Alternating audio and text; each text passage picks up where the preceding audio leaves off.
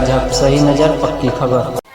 प्रयागराज के पुरान थाना अंतर्गत निश्चिंतपुर गांव में दोपहर लगभग 12 बजे दो आपसी परिवारों में जमीन को लेकर काफ़ी अरसे से विवाद चल रहा था। जमीन की जुताई को लेकर हुआ विवाद, जिसमें एक ही पक्ष के 3 लोगों की लाठी डंडे से पीटकर हत्या कर दी गई और 2 घायल हैं। घटनास्थल पर पुलिस अधिकारी मौजूद हैं।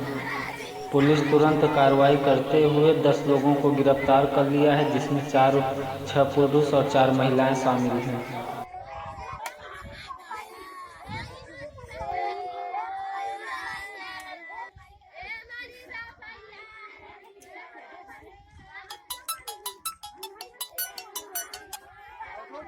घटना हुई थी और कितने लोगों की मौत हुई है, क्या कार्रवाई करें?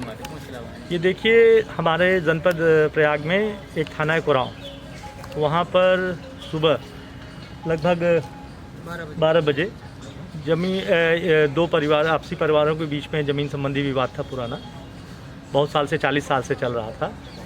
उसी में ज़मीन की जुताई को लेकर विवाद हुआ और परिवार में ही एक पक्ष के 3 लोग की मृत्यु हो गई, जिसमें हाँ, और दो लोग घायल हैं।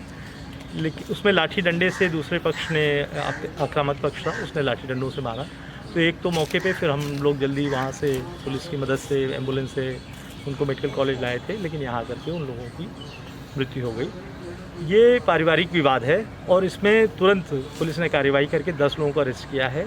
6 पुरुष हैं, 4 महिलाएँ हैं और ये 40 वर्षों से ज़मीन का मामला चल रहा है। चकबंदी और ज़मीन की समस्या है और अभी हमारी फोर्स वहाँ पे है, एसएसपी गए हैं, मौके पे हैं, पूरी फोर्स वहाँ पे लगी है। शांति व्यवस्था की स्थिति नियंत्रण में है और इसमें बहुत ही सख्त कार्रवाई हम करेंगे। कुल कितने लोगों की मौत हुई है?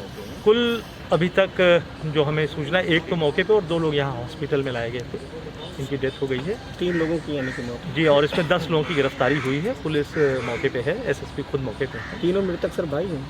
जी, ये एक ही परिवार के लोग हैं और ये परिवार के ही ज़मीन का विवाद है और इसमें जो भी सख्त कार्रवाई होगी, असले सीज करने की, एनएसए लगाने की, गैंगस्टर लगाने की, सारी कार्रवाइयाँ होंगी।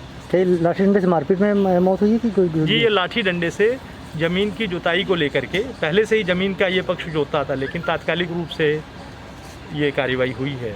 तो ये अभी हम लोग इन्वेस्टिगेट कर रहे हैं क्या कारण तात्कालिक रहा है। तो जो भी होगा हम सख्त कार्रवाई करेंगे। 10 लोगों को हम लोगों ने अरेस्ट किया है।